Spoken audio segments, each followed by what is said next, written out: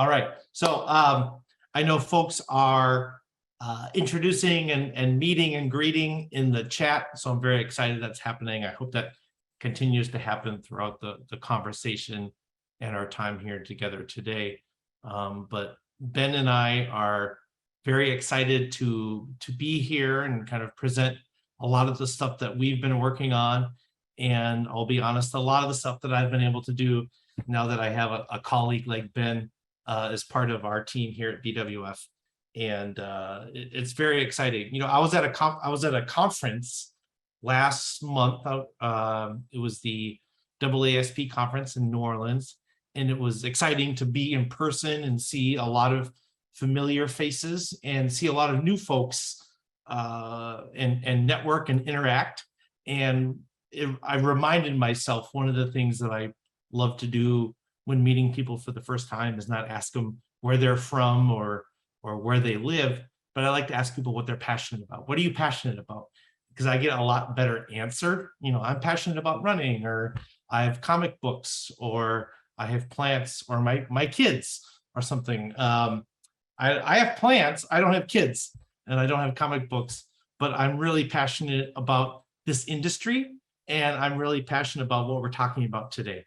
And that is engagement science and kind of the new data frontier, and where I've kind of placed my focus of my career in the positioning of where BWF is in data science around what's coming next and how we can be a part of it and collaborate and partner with everyone in this industry to continue to increase engagement and increase philanthropic support. So that's my passion. I'm really excited to be with you all today and to kind of talk through this. So obviously, that's me. We have new headshots. I'm really excited to show off our new headshots. Ben has a better headshot than I do, but here we are. But so that's myself. And then I want my colleague Ben to introduce himself really quick. Hello, everyone. I am Benjamin Hartman. I'm a decision science analyst with BWF, and my background's in academic survey research. Really excited for this presentation today. Yeah, Ben buried his lead a little bit. So he's actually, we call him Dr. Survey, or I call them Dr. Survey. I shouldn't say we. He's currently getting his PhD in sociology at Indiana University, and it's advanced survey methodology. And so he's very germane and appropriate for this conversation today. I put up my Gallup alignment because this also informs this conversation today. So I worked at BWF for seven and a half years, and I got that 7-year itch, and I left our industry and I went to industry. I left the philanthropic space and I went to work at Gallup, worked at IBM as well. But Gallup was really my graduate degree and finishing school for the work that we're going to be talking about today. So understanding how people feel and how that relates to their behavior and how to capture that and predict that. So that was my time at Gallup, was really spent focused on that. And if you've ever taken StrengthsFinder 2.0, I'm very proud. That was probably my biggest project at Gallup. I did a lot of the math on that. That's my top 5: strategic, woo, input, learner, ideation. I'm a huge strengths nut. I'm definitely a believer. I was before I started working at Gallup, but working there definitely drove that as well. So if you ever want to have a conversation around strengths, particularly as it relates to like maybe different roles, so like fundraiser or advancement services in our space, I'd love to have that conversation. Please find me on LinkedIn, a pretty easy last name to find. I'd love to connect about that. But we have a lot of different backgrounds and a lot of experiences outside the philanthropic space. And Ben and I have really spent the last 6 months putting our heads together and kind of hashing out a lot of this work that we're going to share with you today. And we're really excited to present what we're doing and what we hope you all can engage in and do yourself. So as we go through the presentation today, if you do have questions, I'm going to leave the chat to the chat group, and so people can communicate and talk back and forth and reconnect and everything. That's exciting. But if you have questions, that's going to be monitored by my colleague Lauren, who's also joining us today, just not on video. So if you have a question, please feel free to add it to the chat. I prefer, and so does Ben, that if you have a question, ask it, and we'll try to get into it during the presentation and not at a later time. So as we go, feel free to throw a question in the Q&A chat, and we'll do our best to get to it. So our time together, I know we have about 50 minutes left. So I really want to kind of talk about the current state and where we are with kind of understanding what we call engagement. And we're going to talk about some common practices. We have some gaps there, and talk about some solutions and solutions that BWF has identified and Ben and I have been working on. And then we're really going to get into the science of prediction and predicting feeling. So probably most, if not everyone on this webinar, is familiar with the science of prediction of an outcome. Are you going to make a gift? Is it going to be a large gift? Is it going to be a gift in your will? Will you respond to this kind of solicitation or through this channel? We're all familiar with predictions of behavior. We're going to talk about prediction of feeling, which we're very excited about. So it's the science of imputation, and Ben's going to talk about this more broadly. He has some academic background in this work. This is part of his PhD work. There's other examples that we're going to share, and he has a nod to the technical folks. So if you want to talk about specific packages within Python and some other things to think about from a technical consideration, Ben's going to be able to talk about that as well. And then finally, we're going to talk about the road ahead. So we're going to review where we are. We're going to talk about some things that we've been doing that we're really excited to share with everyone. And then we're going to talk about where do we go from here and what's next, and how do we move ahead. So this is the basic premise of the work that Ben and I do. You don't give because of who you are, you give because of how you feel. And I've been very blessed in my time with BWF to have opportunities to work with lots of great institutions. So I've worked with Ivy League universities. I've worked with the #1 cancer center in the world, the #1 children's hospital in the world. I've worked with the leading symphonic orchestras in the world. And guess what? Just like probably your organization, more people don't give than do. And just because you're an alum doesn't mean you're making a gift. Just because you're a grateful patient or family, or just because you attend performances, doesn't mean you're going to make a gift. So you don't give because of your activity.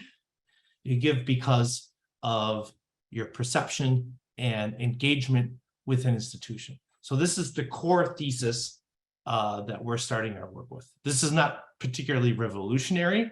This is probably not new to a lot of the people participating on this conversation and webinar today, but this is where we're starting from and kind of how we want to frame the discussion of what we're talking about today. So I'm not trying to be Funkin' Wagnalls, but I do want to level set for the purposes of our conversation, our definitions, and by ours, I mean BWF, and how we approach our collaborations and partnerships, how we talk about the words connection and engagement, because oftentimes they're interchangeable. We can throw an affinity in there as well if you want to throw in a third party to this mix. But for us, connection is who you are, what you do. Engagement is how you feel and what you think. It's pretty basic, but it's definitely different. So they're siblings, but they are very different siblings, right? So they're in the same family. So connection is the common area where a lot of us are focused and a lot of the work that we do. But engagement is what we're really focused on and talking about today. So I would love to take a second in the spirit of the work that we do to do a poll of the participants on this webinar and to give you an opportunity to share how you currently measure engagement or connection or whatever term that you use. So Lauren, can we launch that poll?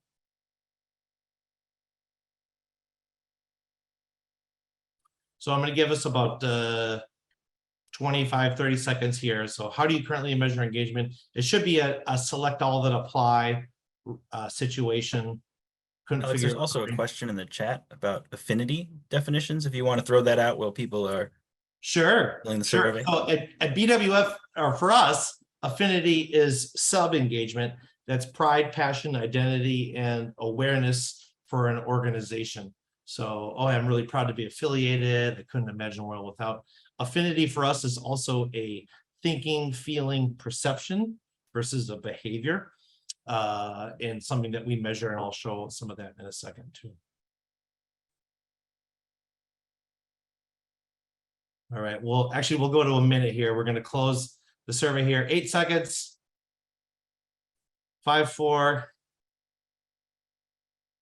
All those that vote, I feel like Ryan Seacrest right now. Okay, everyone, I don't know if he's still on American Idol. Are the results shared? I think they're shared. Hopefully everyone can see them. I'm looking at my own screen. I'm not sure what everyone else sees, but I'm looking at how do you currently measure engagement. People measure giving, 79% giving, 85% activity, mission interaction, volunteering visits, communication interaction, click-throughs, open rates. A third do it through survey work, and 10% said they do not measure. So I hope you were all able to see the poll results on your own screen. Again, I'm only looking at the screen I could see, and I'm not a Zoom expert, so I apologize for that. But you know, over 80% above giving and activity, mission interaction, volunteering visits, and communication interaction are measures of engagement. And so what we're not here to do is we're not here to dissuade or diminish any of the counting and measuring and stuff that we do here. This is super, super, super important. And I want to continue to do this. And I want to encourage everyone participating here to continue to do this, engage in this work, expand in this work. However, this is not the complete perspective. And so what we want to share today is a little bit around how what you think, what you feel and think is really what we believe the true driver of motivation, philanthropic support, and how you can add a yes and to your current activities measuring connection and engagement. One important note that I want to add to this is engagement and satisfaction are not the same thing in terms of the work that we're talking about. And so let's just say a survey question. So as an example, let's say I'm here in Minneapolis. I'm not really a NFL fan, but let's say you were in Wisconsin and you were a big fan of the Green Bay Packers. So they lost last week, I think, to the New York Jets.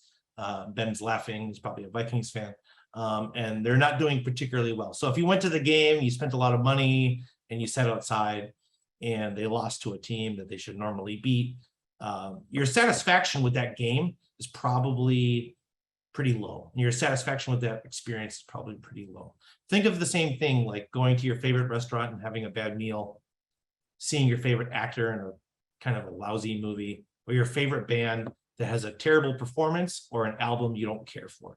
Your satisfaction with those things is probably pretty low, or it might be quite low. Your engagement, you still love that band. That's the restaurant you're going to go to for every anniversary, and you still love the Green Bay Packers, and you're a diehard, and you're wearing cheesehead thing and all the stuff. So engagement is a larger, deeper, more ephemeral feeling. Satisfaction is more of a moment in time, attitudinal measure. So what we're talking about today is this larger, deeper feeling, which we want to focus on, and we think is the true driver of philanthropic support and satisfaction is a moment in time. Oh, the team was great, a big win, or the team lost. Oh, it sucks so bad, I'm really upset. So engagement and satisfaction are very different. They're often confused, just like connection and engagement are. But just wanted to kind of level set where we're coming from as we discuss these things. So how do we acquire support? So how do people give to us for the first time? Again, I don't believe, and there's always exceptions, but I don't believe people give because of who they are. They give because of how they feel. So again, I have opportunities, and Ben does as well, to work with amazing academic institutions. Just because you're an alum doesn't mean you're going to make a gift. And I'd be hard pressed to find any higher education institution that has lifetime, even 50% alumni participation, let alone the last 5 years. So you give because of how you feel, right? Which is why the ASPCA puts on a commercial with Sarah McLachlan, Arms of an Angel song, and some kitty with big eyes. They don't throw out their, cost to raise $1 and how efficient they are. They throw out an emotional message because that's what's going to inspire you to come out and support. So the things in the color on this slide are the things that we are focused on, and we believe you should be focused on in terms of understanding how constituents feel and how this relates. And it's drawn in a process map flow by purpose, because we believe confidence and mission, pride, affiliation, impact, identity, these are the things that are the core drivers overall, exceptions included. These are the core drivers of why people say, I feel very engaged with an institution, or I don't feel engaged at all with an institution. So if no one's proud to be identified with your institution, no one has confidence in your ability to deliver on a mission, no one understands your impact of support, you have a very low chance of them feeling engaged and a very low chance of getting them to give. But just because you have some of these things doesn't mean necessarily they're going to feel engaged, but we have a chance. They love us. They're super proud. They couldn't imagine a world without. They are confident that we're doing great work. Okay, so then how can we activate that to them feeling engaged? So engagement's almost like a new milestone for us, like donating, or being a donor. So we're focused on the things that we're kind of identifying in color here. These are driving the elements on the end, which is what we're ultimately at the end of the day focused on: giving, coming to events, being a member, volunteering, etc. So it's outlining this roadmap and understanding what's driving what we typically count as connection or engagement. So typically we record this stuff, and this is what we pay attention to. We're looking at the things prior and saying, what's the emotional economy and what's driving sentiment, affinity, and driving engagement, which is going to drive these behaviors ultimately. So let me show you a little bit of an example. And my colleague Dennis is a lovely guy, and he allows me to pick on him all the time. Here's Dennis, and he's a proud alum of Texas A&M University and down in College Station. And I was down in College Station, and I was talking to some of the folks down there, and they're like, oh, Dennis is great. Dennis is part of our Diamond Century Club, which is, I'm not going to give the amount of the gift, but it's quite substantial. It's in the 5 figures. And he's been giving that every year for, I don't know, at least 15 years. And he hosts people at his house in Washington, D.C., where he lives part-time and all this other stuff. So they were like, Dennis is one of our most engaged alums just by counting all the things that he does. And I had a conversation with Dennis, and I said, how do you feel? How engaged are you? 1 to 5. And he said, I'm a 2 out of 5. And he said, you know, I feel like they kind of leave me alone because I'm doing these things, but I have more to do. And I want to talk about maybe a legacy commitment, or I want to talk about potentially finding an opportunity to endow a chair of philanthropic studies. I have more left in my tank, but they've seen me as doing this outcome and hosting things that they're kind of like, oh, Dennis must be super engaged because of all the stuff he does. So there's some folks who are doing a fair amount for our organizations that we think must be tapped out or must be very engaged. They're not. But maybe even more importantly, what about those that are not doing a lot at all? And for pretty much likely everybody participating today, we have more people not doing stuff than doing stuff, at least recently within our databases. So what do we do with them? If we just count what's the gifts that have happened, the events that have been attended, the webinars that people logged into, the opens that people did, if we just count these things, what happens to the 60% of our database who hasn't? Do we just write them off? Do we just turn away from them? Do we say they're not going to make a gift? If we only use behavior and outcomes, we don't have a lot of other options. And so what we're suggesting is, let's not only add in what they've done. Again, activity and behavior is a marker, and it's important to pay attention to. Let's add in how they feel and provide kind of a yes and approach to understanding that behavior. Something else that an approach like this can provide is it can help us identify your alignment and your engagement alignment. And so Ben and I have had an exciting time working with lots of different organizations, understanding this, studying this, and we've found between 20 and 40% of your constituency, of any constituency, is misaligned. So what does that mean? That means how people say they feel and how we observe they act is out of balance. So they love you, but they're not doing anything. That's an activation opportunity. Oh, you're super great. I love your mission. You guys are the best. I think about you, blah, blah, blah. And we look in the database and there's no gifts, there's no events. They're barely clicking, they're clicking through stuff, but that's it. We have to activate these people. There's an opportunity there. Those are people that we can engage with. And conversely, there might be a smaller number of folks. These are the dentists that are doing quite a bit for your organization. But then we ask them how they feel. They don't maybe feel the same way about you as you feel about them. So they might, Dennis might be a 5 out of 5 star donor to the Association of Former Students at the University of Texas A&M.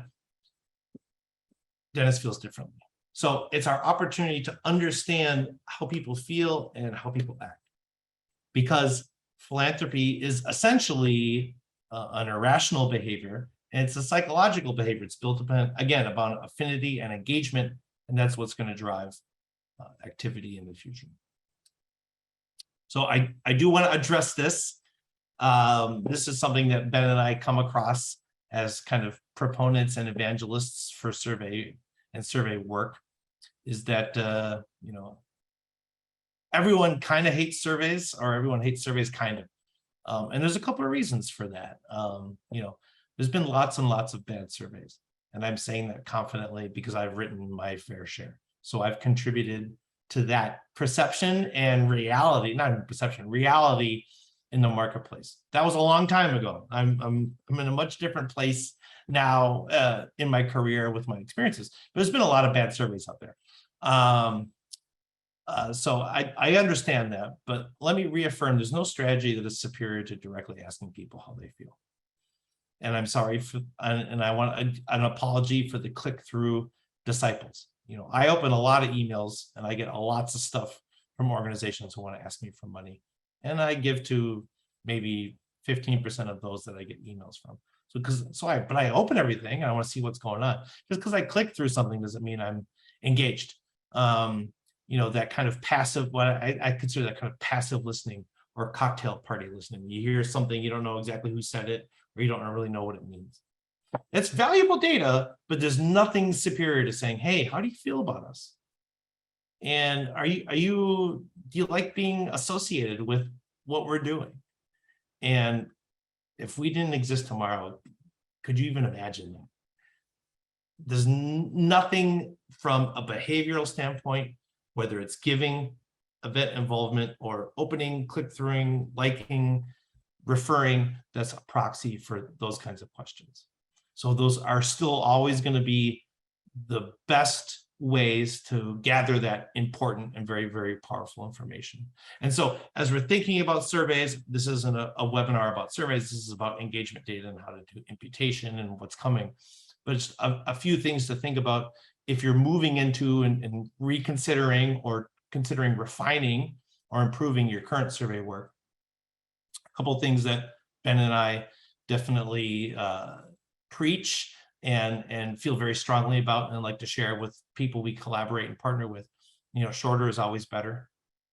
Every opportunity I have to do some of this work with a client, they always ask, how long should the survey be? And my kind of cute response is, it's always one less question than you think it should be. But really, it should be relatively short. The work that we do, a survey should take 2 minutes or less to complete. And that's something we believe in. So think about what you need to know versus what would be neat to know, and get rid of the neat stuff and just focus on what's essential for us to understand our business questions and help us understand engagement strategies, how to grow the mind share and philanthropic support of the people that we serve and our constituents. So that gets into the second one, is have an analysis plan before you launch a survey. So if you're going to be doing a survey, oftentimes, we get to go through things and we say, how are we going to use this data? What are we trying to answer with this? How is this going to be helpful to us? And probably maybe 75% of the time, we can't answer that question. So then therefore, we remove the question itself. We don't know how we're using it. So saying, I really want to understand what are the philanthropic priorities that we're interested in, and the pride and engagement of our constituents with our institution. There's your survey. That's 3 questions right there. That's it. That's all you need to ask. Go start with an analysis plan, make sure it's aligned and that we don't end up with a 100-question survey. And then really focus on this idea of repetition. This is very, very important. Again, because a lot of people have had bad experiences with surveys, and I apologize for my contribution to that zeitgeist. But repetition in designing something long-term is important, because engagement health is going to lead to philanthropic health. And engagement itself is kind of like our physical health. It is relatively inelastic. We can't just work out for 2 days and then all of a sudden be significantly healthier. It takes a long time. Eating right, physical activity, other things that we can do to try to slowly improve our health. It's the same thing with the engagement, the mind share, the passion for support for our constituency. There's no quick fix, no easy answer, no 1-month turnaround. It takes a long time. This is a long tail effort to change hearts and minds and continue to grow and get people inspired by what we're doing. So our ability to have a continuous measure, and then therefore our response to this measure, is really best practice. So, for opportunities, that projects that Ben and I get involved in, we might start off the year with this data set and understanding of constituent engagement. Then halfway through the year, through activities like this, we say, hey, wait a minute, the stuff that we're doing is having an impact. We can expect philanthropy at the end of the year to grow. Or we can say, wait a minute, we're not having an impact that we expected. Maybe we should pivot and tack to a new strategy before the year is up, and to try to connect with people in a different way that's going to help them raise their mind share and their philanthropic support. So the best way to measure the impact of these activities is through repeated measure. And this is important too, because I'm a huge proponent that, I get an opportunity all the time to talk to VPs and principal gift officers and major gift fundraisers and so forth. And, they might go out and raise a $10 million gift or a $50 million gift or a $50,000 gift, and they get the credit for it. And I'm glad they did. They made a compelling case for support. They made an ask. They built a relationship. That's an important skill. They should get the credit for it. But what I think it does is it doesn't appropriately recognize all the work that alumni relations did, that Grateful Patients Communications did, that Marcom did as part of that gift. And there's a long tail. No one just appears out of nowhere and closes a major gift or a principal gift. There's a foundation of how people feel about an organization that's built up often over many years, maybe even decades. And so this allows us another opportunity to accurately reflect and measure upon the work that these groups do, that helps us, gives us a foundation of, I'm in a better place. These people feel really engaged. I have a greater opportunity to develop a relationship and raise a meaningful gift and continue that relationship of support. So repeated measures are important. And so if you're thinking about moving into this work or continuing to extend this work, thinking about that, I think, is definitely instrumental to success. So, a couple other things, and then we're going to talk about some imputation stuff, which is really exciting, is why I believe this is the frontier, is this is really our opportunity to understand potential in 4D, fourth dimensions. So the things you see on your screen right now are things that we commonly do. Probably everyone participating or listening here today does. We understand capacity. We have a well screening, we do research, we verify it, etc. Super important. People have to have a significant amount of money to make a large gift. We understand that to be true. We understand kind of our current definition, what we call a connection, who people are, what they do. You're an alum, you came to an event, you did a thing, you've been loyal, etc. That's great. We want to understand that. All these things are really, really important. We want to understand likelihood. Just because you're warm and just because you're wealthy doesn't mean you're going to make a big gift. It doesn't mean you're going to leave us in your will. So what's that likelihood of you doing a specific outcome, like those things I just mentioned? We want to add the fourth dimension to it, is understanding constituent sentiment.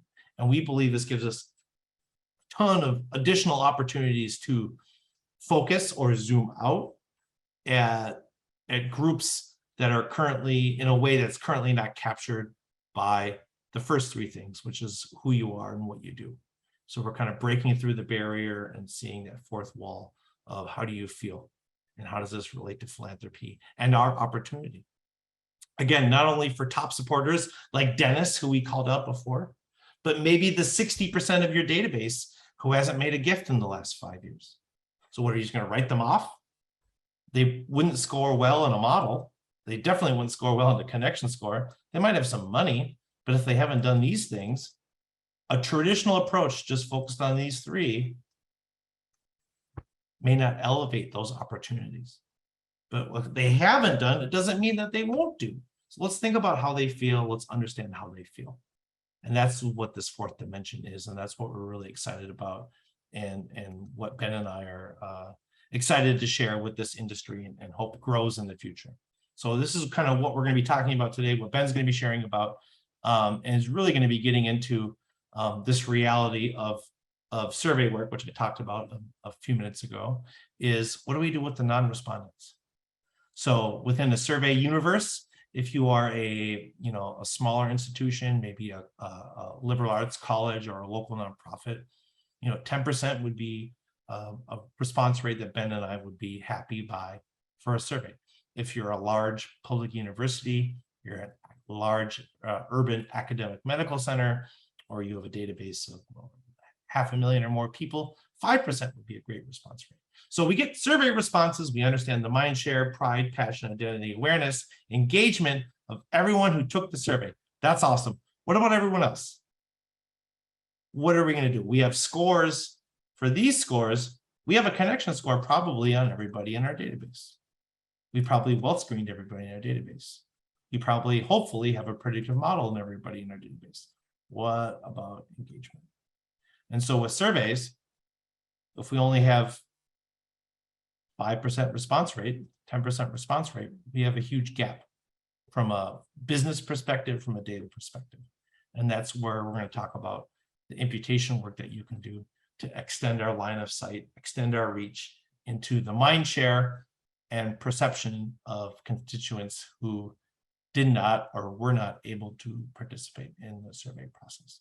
So that's kind of an overview of where we've been, some of the gaps that are there, some of the things that we're seeing and we're excited to partner with organizations on. And I'm going to let my colleague Ben share a little bit more around what's going on in imputation.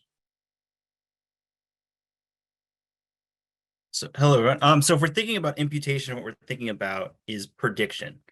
And we have to do that because even when we have the best surveys, not everyone's going to reply. So in that poll we did at the beginning, we had 120 people as part of the session when we began, but only 96 people actually responded. So that's an 80% response rate. That's really good, but we always are going to have non-response even with the most captured audience. So in our surveys, we typically see a response rate between 2 and 10%, depending on the institution or the organization, their size, and kind of the type. And we can use tools from things like machine learning, data mining, and statistics to infer how people might have responded to the survey if they had taken it. And this imputation allows us to do that prediction, which then allows us to do things like targeting messaging, targeting experiences for those engaged audiences. And an example from this that we might be familiar with, we might not, or predicting what I'm going to call a fuzzy category, so kind of a feeling, is the Obama 2012 re-election campaign. Did some modeling about who would be a persuadable voter. And so what the campaign did was they collected a wealth of data on consumer behavior, social media, polling data, and they constructed these models to see who would be persuadable. And so they created a score, and if you were in that 40 to 60% range, you were persuadable. And then they found people in potential swing states or potential swing areas, and they would really target those folks. So using information from only a few people, they were able to kind of scale that out and extrapolate it to be able to predict across multiple records and across their database. And this is common now. So this was 10 years ago. This was kind of a new thing. Ken Strasma is an individual who was very instrumental in this effort. And now every campaign, at least at a national level and senatorial level, does this. So be mad at them for the volume of email and the content that you're getting. But technically, this is not very difficult to do. We'll talk about that more in a second. But there's really these two different types of models you can construct. And so we have prediction models and explanatory models. What kind of more technically causal inference. So in the kind of causal inference models, what we're trying to do is really quantify the impact of one factor or one variable on another, right? So we're trying to quantify the impact of a treatment on an outcome. So we can do something like smoking causing lung cancer. So we're interested in explaining why two variables are correlated. But in machine learning, when we're doing prediction models, what we care about is not that relationship, but we're trying to predict an outcome. And so these are the kind of models we'll be talking about for imputation, where we're not trying to say there's a causal link between X and Y. We're trying to say, you know, people who have X at a certain level, they are more likely to be like Y. So that is the type of machine learning models that we're going to be talking about today. Ben, really quick, a question came through the chat is, what kind of sample size do we need to have a reliable prediction, which is a truly, yeah, I mean, ages. We're going to get very professorial on you right now. Yeah, well, we could talk about a little bit more later. It depends on your model type. So some models, they crave a little bit more data than others. And you kind of have to think about it from your minority class. And we can talk about that. What that means is just when you're predicting, say, a yes, no, say 90% are yeses, 10% are no's, the sample size that matters is that 10%. So it's the minority class. So the class that has the fewest respondents. I usually think for most, 200 to 500 for most models, I feel comfortable with. But it really depends on model types, how many different predictors you have in the model. All of those things impact your degrees of freedom and things like that.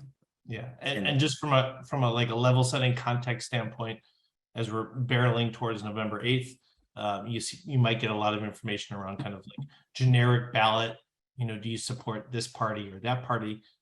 They're doing that probably on maybe 6,500 respondents against 200 million, something 240 million eligible American or voters in the United States. We're talking about 0.02% is the actual response size that they're doing to be able to sample and extrapolate that too. So there's a lot of stuff packed in here that we can do to grow this up. But I think Ben's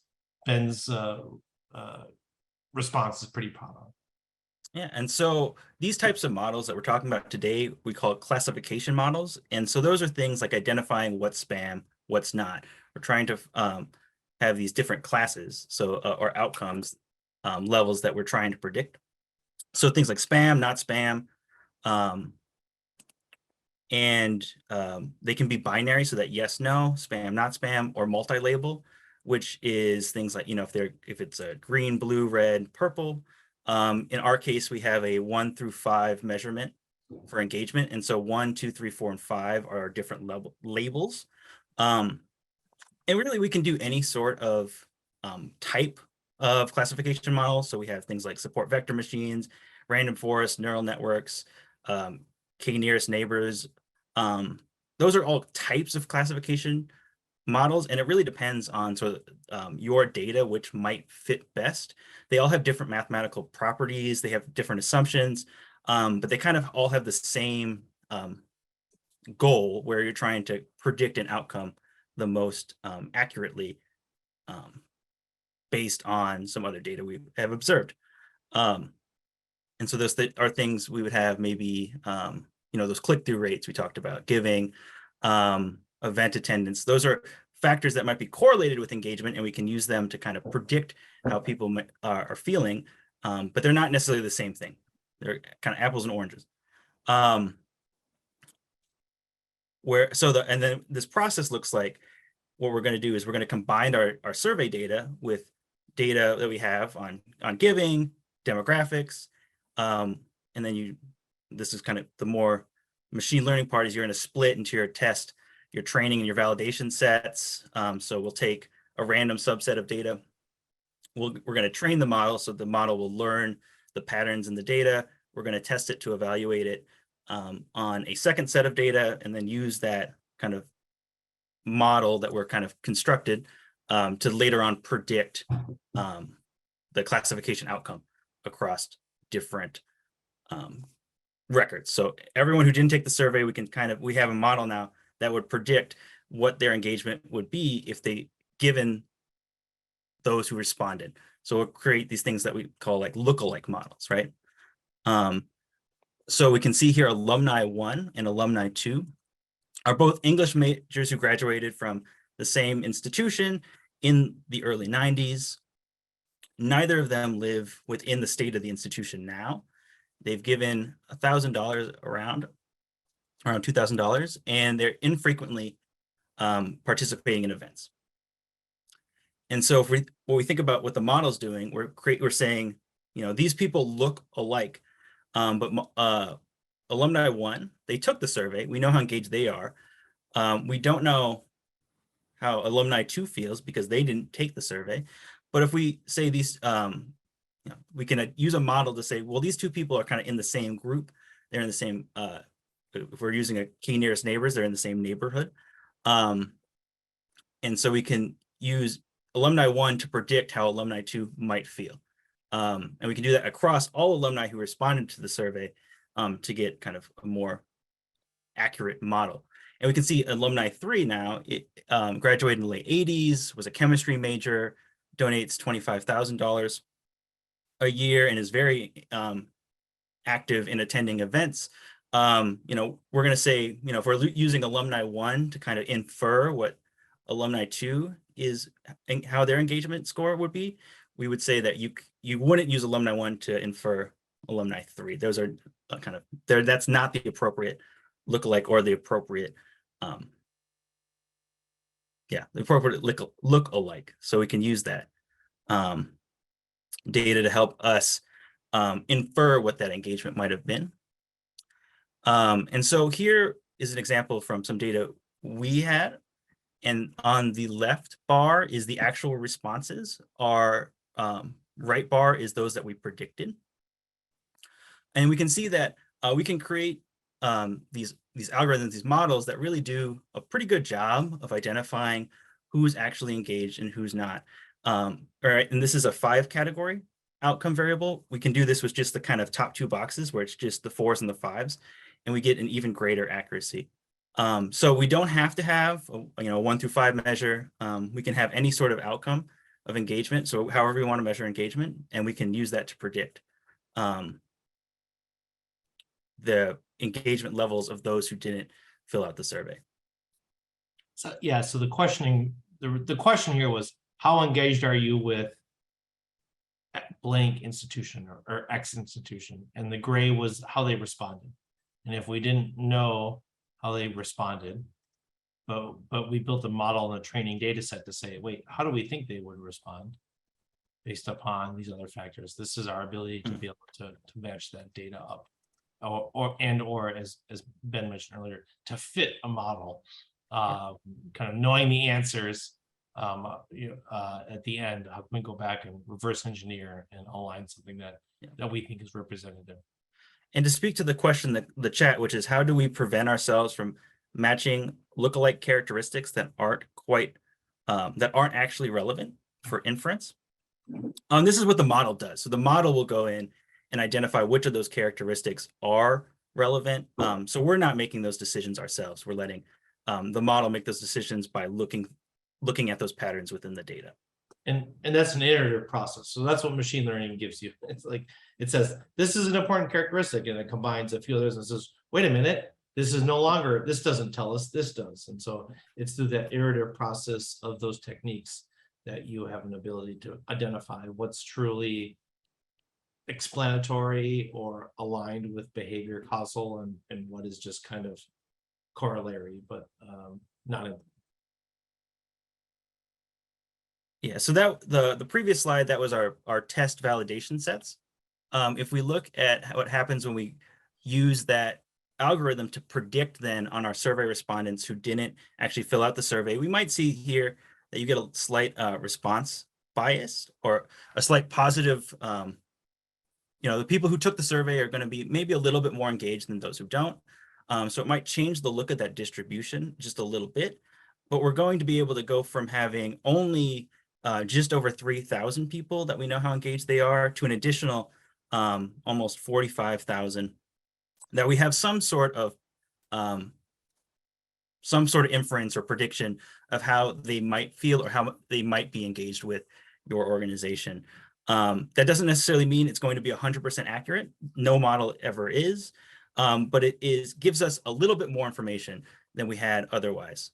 So it makes our survey results more actionable by being able to identify who's definitely a 5 or who's probably a 5, who's probably a 1. This is all a probability game. So you'll get, instead of saying this person's a 5, you'll get a probability of this person's a 5. So, maybe they're 80% likely to be a 5. That's great. And so that allows you to have, you can create scores of who's probably engaged and use that in order to kind of filter data sets or target messaging. A couple just more technical notes of things we do. So I always recommend to balance data sets because these engagement measurements are typically what we call unbalanced, or they have unequal numbers of individuals within each category. And so we have things like, again, color. So we don't typically get, that 50-50 split. So we can use methods like random oversampling or SMOTE to kind of create what we call a balancing technique. And so then we have the same number of respondents in each of our classes. And this allows the model to better learn each class individually.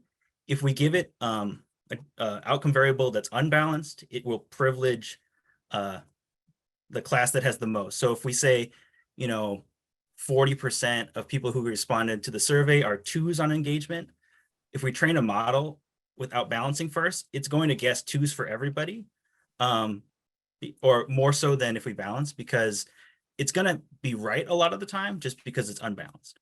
So that's one thing that we recommend doing before actually using the model to predict.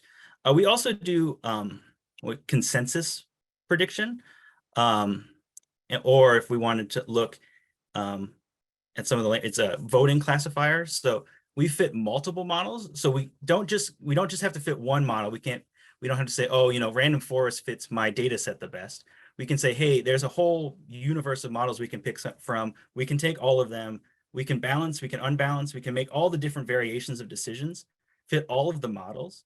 And then at the end, we predict for a particular record how their engagement is using 10 models. And then what we do is we weight each of those models based on their performance. And then the consensus from that model is how we aggregate to that final engagement score. So instead of just relying on one model, which will have inherent biases and inaccuracies just because of how modeling works, we kind of utilize the strengths of multiple models while also then limiting the biases of any single model.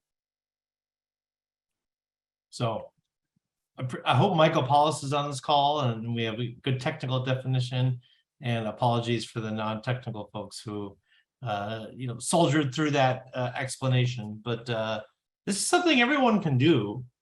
This is not something that is the province or a proprietary thing of BWF or our approach. We obviously have developed some methodology here, but this is something that Ben and I feel very strongly about, that we would love to see the industry be more engaged in and be more involved in. So I hope this gives you kind of a little bit of a snapshot. Certainly, if you have questions, again, put them in the Q&A and then follow up with as well, because Ben and I will talk all day on this topic. So you've been warned if you get us on the phone to review what we feel about this. So, where do we go from here?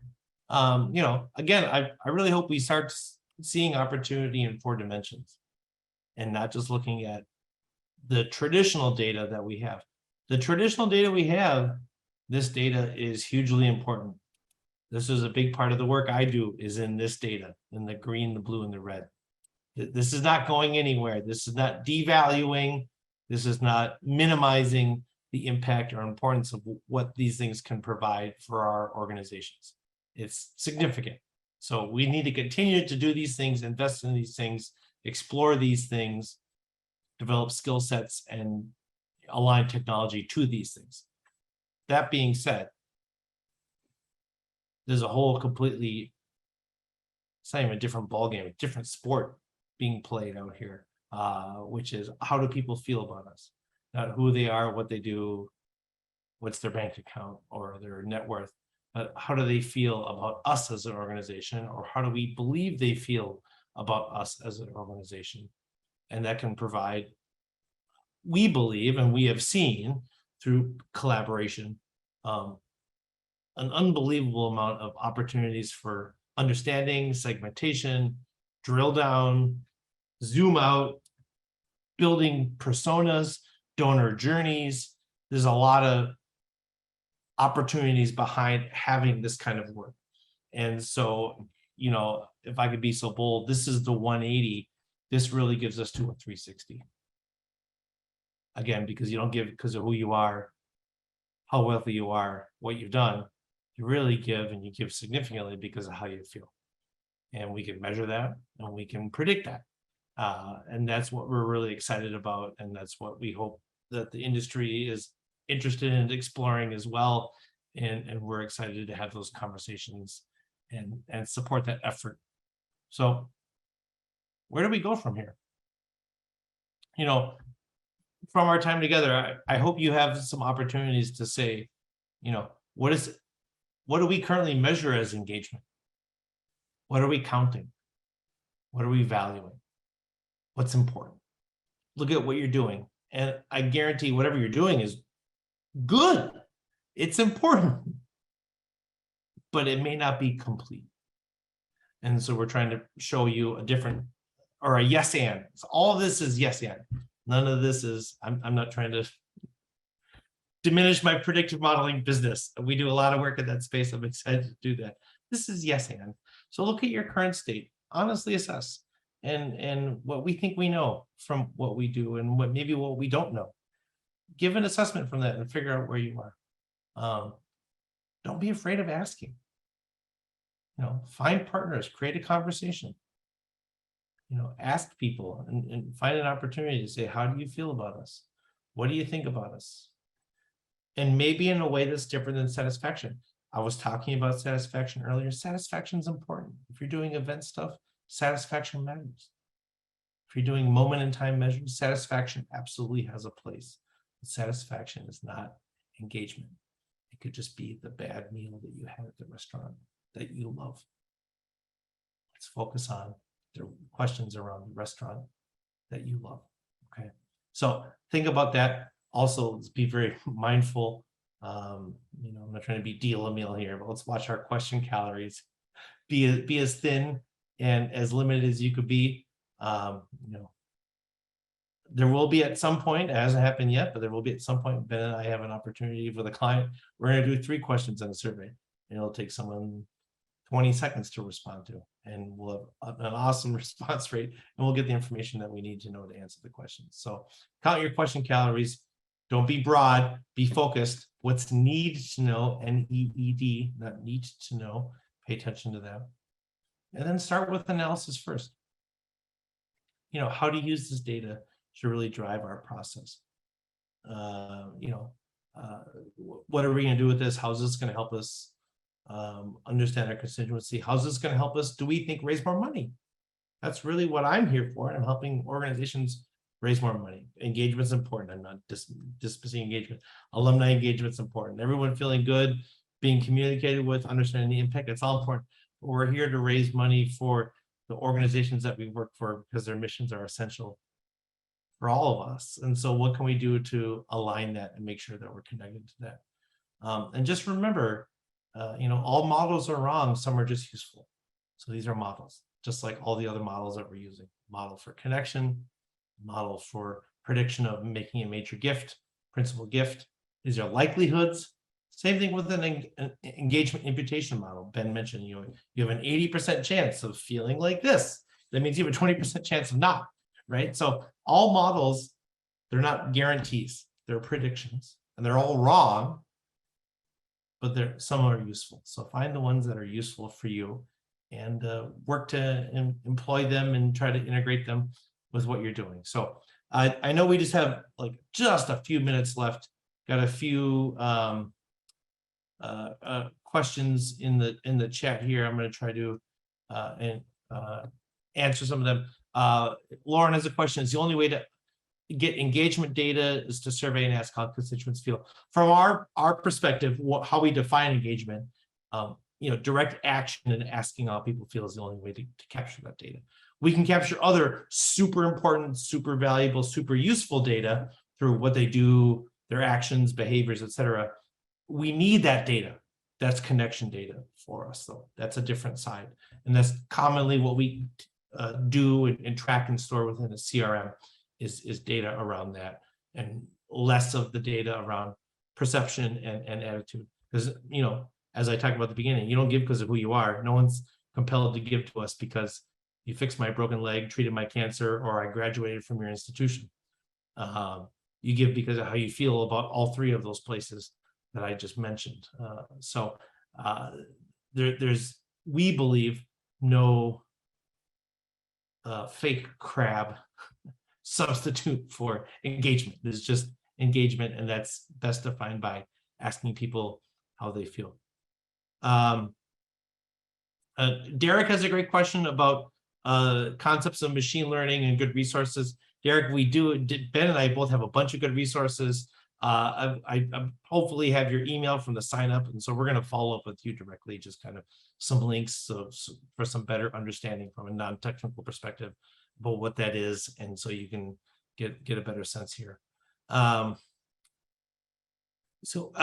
Bridget Hawley had a great question. Hey, Bridget, great to see you, or at least virtually see you. What would differentiate between a connection score and engagement score? Again, this is presenting our perspective. This is not but this is just how we're looking at it and approaching our work moving forward. This connection is who you are and what you've done, and engagements, what you think and how you feel. And so it's perception and attitude versus behavior and outcome.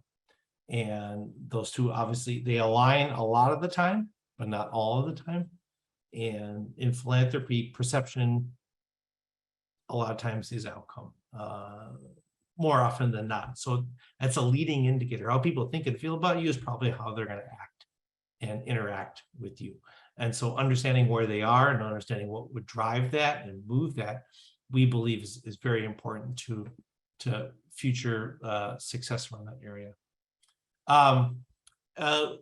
I know we've run out of time. Paul has a great question in the chat, and Derek, I know I said we'll follow up with you. Paul, we'll follow up with you as well. I appreciate the question, and I appreciate everyone's time and being with us today. I hope this showed you a little new lens or a yes and to the work that we're commonly doing in the industry, or you might be doing in the industry, as an opportunity to kind of continue to extend and grow what we're doing to better understand, engage, and encourage support for our organizations. And Ben and I both look forward to the next opportunity to connect with you all. So thank you very much.